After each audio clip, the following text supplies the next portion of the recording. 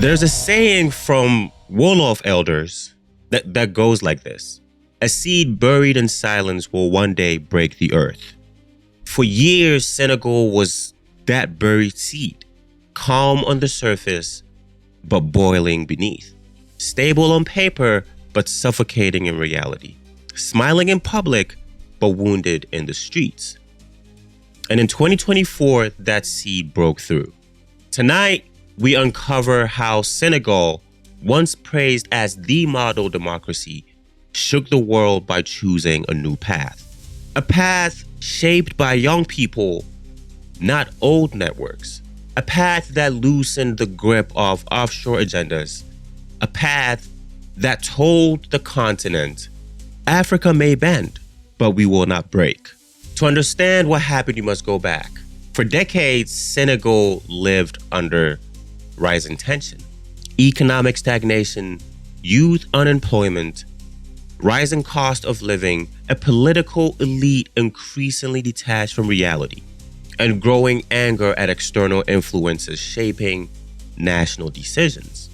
By 2022, Senegalese youth began speaking loudly. They said that the country is rich, so why are the people so poor? Why are resources controlled from the outside? Why are decisions made to please offshore partners instead of the Senegalese citizens? And then came the spark. The conflict between Macky Sall and Ousmane Sonko. Protests erupted. Arrests followed. Lives were lost. Tears flowed, and the nation that once avoided unrest found itself trembling. But here's the turning point the world underestimated. The youth refused to go home. See, the Senegalese population is young, very young. And for the first time, they realized their power. Not through violence, not through destruction, but through relentless civil pressure.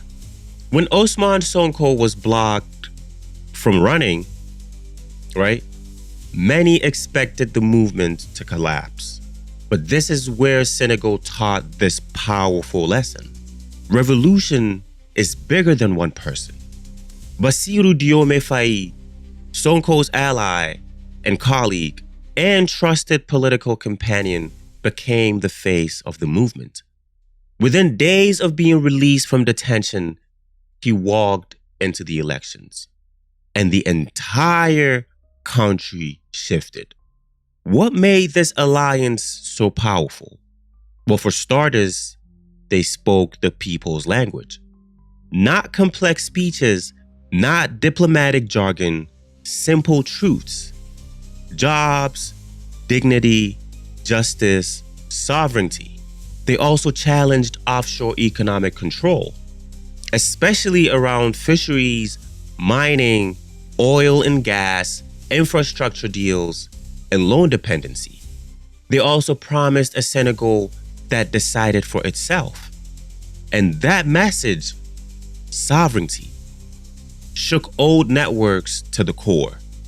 Because Senegal has always been seen as a safe partner, a comfortable ally for offshore agendas who preferred things quiet and predictable.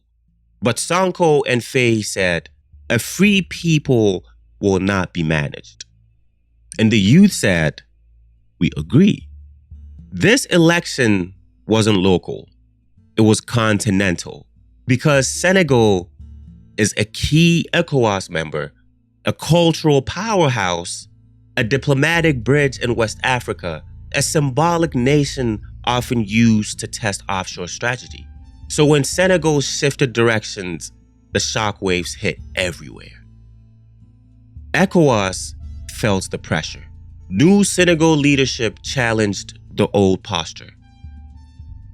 They questioned sanctions, unfair pressure, and political manipulation inside the bloc. Offshore economic networks also felt exposed. See, deals long considered untouchable suddenly faced public scrutiny. Senegal asked, who profits? Who benefits? Who decides? Those are dangerous questions for people who prefer silence, right? The youth across Africa felt empowered. From Kenya to Ghana, from Zambia to Morocco, young Africans said, if Senegal can do it, so can we. This was not just an election. It was a mirror, and Africa looked into it. Now, of course, the critics quickly arrived, right? Some analysts began describing Senegal's new direction as populist, risky, too independent, anti-foreign. Now, let's address this systemically. Sovereignty is not radical. Deciding the value of your resources is not radical. Demanding transparency is not radical. Refusing one-sided deals is not radical. Rebuttal 2. Senegal is not isolating itself. It's simply rebalancing. Partnerships remain open, but not unconditional. The youth leadership is not a threat. See, Africa is the youngest continent in the world. When the youth lead, the nation reflects reality, not retirement homes. Criticism often comes from those who benefit from the old system. Enough said. So what comes next for Senegal? Because Senegal has entered a new chapter with 5 major priorities. Priority number 1, economic reorientation. Reviewing mining contracts, gas contracts, oil contracts, renegotiating unfair deals, increasing localized control. Judicial reform, basically ensuring courts serve the people and not the politicians. They also have an anti-corruption drive, shining light on ministries untouched for decades. Senegal is also restoring national unity, basically rebuilding trust after years of tensions. They're also defining foreign relations on Senegalese terms. Now this is the big one. See, Senegal is not rejecting partners. Senegal is rejecting dependency. There's a difference. My people, Africa, I'm excited because Africa is entering a new era. Senegal's story is proof. When the youth rise, when courage replaces silence, when sovereignty becomes a lifestyle, not a slogan, then a nation cannot be controlled by offshore narratives. See, Senegal has spoken loud and clear. We are not children. We are not spectators. We are not a colony.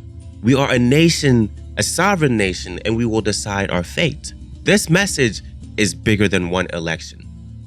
It's a blueprint, a reminder that Africa does not need permission to grow. And to every young African watching this, your voice is not small. Your ideas are not naive. Your dreams for a free Africa is not unrealistic. Look at Senegal. The seed has broken the earth, and Africa is beginning to bloom.